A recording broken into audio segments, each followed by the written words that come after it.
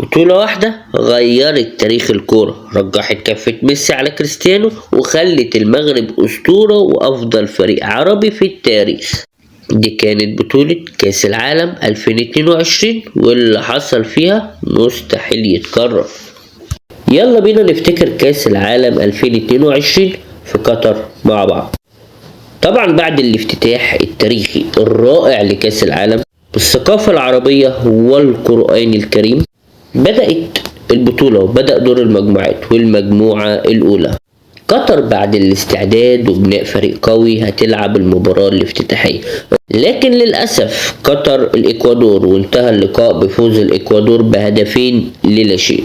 رغم التنظيم وكل شيء من ناحية البنية التحتية والاستضافة والروح الجميلة اللي كانت هناك، لكن للأسف المنتخب القطري ما قدرش يكون على نفس المستوى. أما المباراة التانية في الجولة الأولى من المجموعة الأولى كان بين هولندا والسنغال. السنغال خسرت من هولندا بهدفين للا شيء. بعد كده الجولة التانية لقاء بين السنغال وقطر، لكن للأسف منتخب قطر بيصبح أول فريق يخسر أو يخرج من دور المجموعات من البطولة بعد خسارته من السنغال 3-1. أما في اللقاء الثاني من الجولة الثانية في المجموعة الأولى كان الإكوادور وهولندا، وحصلت المفاجأة والإكوادور بتتعادل مع هولندا 1-1 وبتعيد الأمل لنفسها وتشعل المجموعة أكتر باستثناء قطر.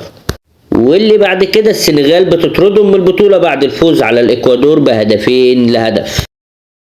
أما اللقاء الثالث لقطر كان مع هولندا، وللأسف قطر أسوأ فريق في البطولة ويمكن أسوأ فريق في تاريخ كأس العالم وأسوأ فريق مستضيف. خسارة قطر 2-0 من هولندا وخروجها من المجموعات ومن البطولة بلا أي فوز أو حتى تعادل، وفي النهاية صعدت هولندا كأول والسنغال كتاني. نروح بقى المجموعة التانية، مجموعة نقول شبه سياسية كانت شوية، انجلترا وايران وامريكا وويلز. المجموعة دي كانت متصدراها انجلترا، كارت الصعود التاني كان بين امريكا وايران، وانتهت المجموعة بصعود امريكا كتاني ب5 نقاط وانجلترا كأول ب7 نقاط. المجموعة التالتة بقى بدأت بداية عجيبة، السعودية كسبت الأرجنتين 2-1، وتقريبا دي كانت أكبر مفاجآت كأس العالم من أوله لآخره، وكان التوقع إن المنتخب السعودي هيروح لبعيد قوي، لكن الدوسري ضيع ضربة الجزاء قدام بولندا وتشيزني الله يسامحه، فخسرت السعودية من بولندا وخسرت السعودية من المكسيك وخرجت، وتأهل من المجموعة الأرجنتين ب6 نقط وبولندا ب4 نقط. كانت المكسيك 4 نقط لكن ما صعدتش، والسعودية بانتصار وحيد كان عندها 3 نقط. المجموعة الرابعة ما كانش فيها غير منتخب فرنسا أقوى منتخب، لكن الجميع كان منتظر إن منتخب فرنسا يخرج من دور المجموعات كالعادة. كان في المجموعة ديت المنتخب التونسي اللي تعادلوا أول لقاء مع الدنمارك 0-0، وللأسف خسروا من استراليا 1-0. وفي آخر جولة تونس عملت مفاجأة وانتصار تاريخي وإنجاز تاريخي للعرب وخصوصا أفريقيا بانتصارها على بطل العالم فرنسا 1-0، لكن للأسف ما قدروش إن هم يصعدوا بعد الانتصار ده. صعدت منتخب فرنسا كأول ب6 نقاط ومنتخب استراليا كتاني ب6 نقاط. المجموعة الخامسة كانت ملخبطة، ده بيكسب ده وده بيكسب ده، كانت متوازنة جدا. يعني اسبانيا قدرت انها تكسب كوستاريكا وكوستاريكا قدرت انها تكسب اليابان، بس اليابان كسبت المانيا والمانيا تعادلت مع اسبانيا، واسبانيا برضو انهزمت من منتخب اليابان. طبعا فوز اليابان كان بطريقة مشوقة جدا جدا جدا، والكرة خرجت ما خرجتش وكان جدل كبير، ده غير جدل المنتخب الالماني وهم حاطين ايديهم على بقهم والحديث عن حقوق الالوان. في النهاية اليابان اتأهلت كأول ب6 نقاط واسبانيا كتاني ب4 نقاط. المجموعة كانت مشتعلة لدرجة ان المانيا كانت 4 نقاط وكوستاريكا 3 نقاط. المجموعة السادسة مجموعة أبطال العرب وفخر العرب، المنتخب المغربي اللي قدر يفوز على بلجيكا، قدروا إن هم ينتصروا أيضا على كندا 2-1 وتعادلوا بطعم الفوز، تعادل بطعم الفوز أمام المنتخب الكرواتي وصيف كأس العالم 2018.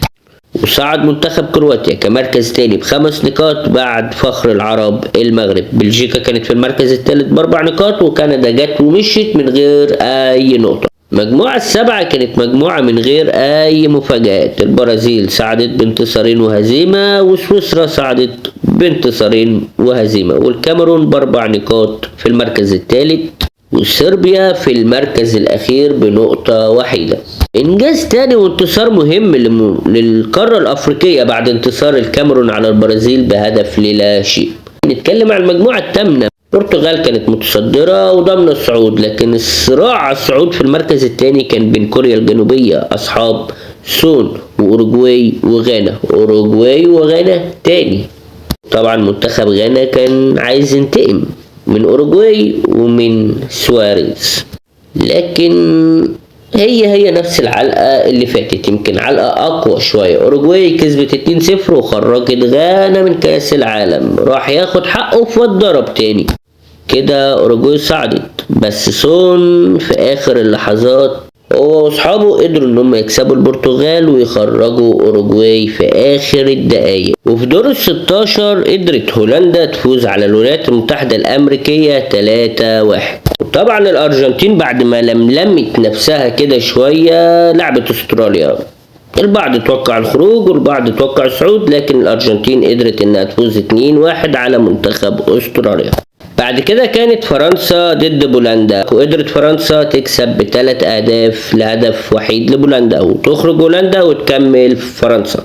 الماتش اللي بعد كده كانت انجلترا والسنغال. قدرت انجلترا انها تكسب السنغال 3-0. نيجي الماتش اليابان وكرواتيا. اليابان كسبت اسبانيا وكسبت المانيا، لكن جم قدام الامير لوكا مودريتش وخسروا بضربات الجزاء. واصحاب سون صعدوا لعبوا البرازيل لكن خسروا 4-1.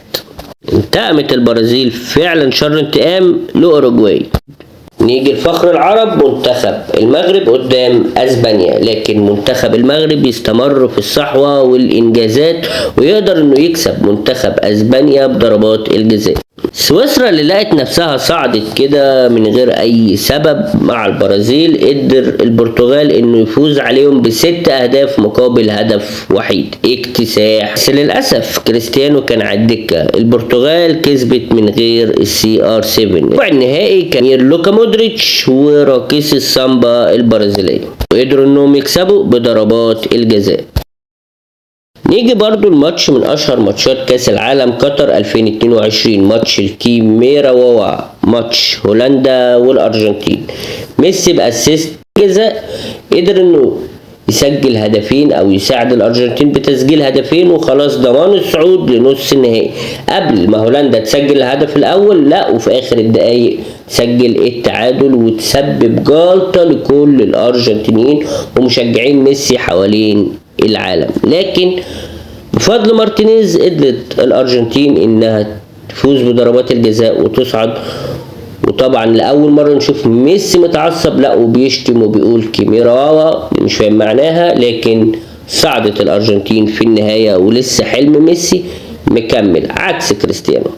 وانا نسيت اقول لك ان المغرب لعبت البرتغال وقدرت انها تكسب 1-0، وللاسف برضه كريستيانو كان على الدكه.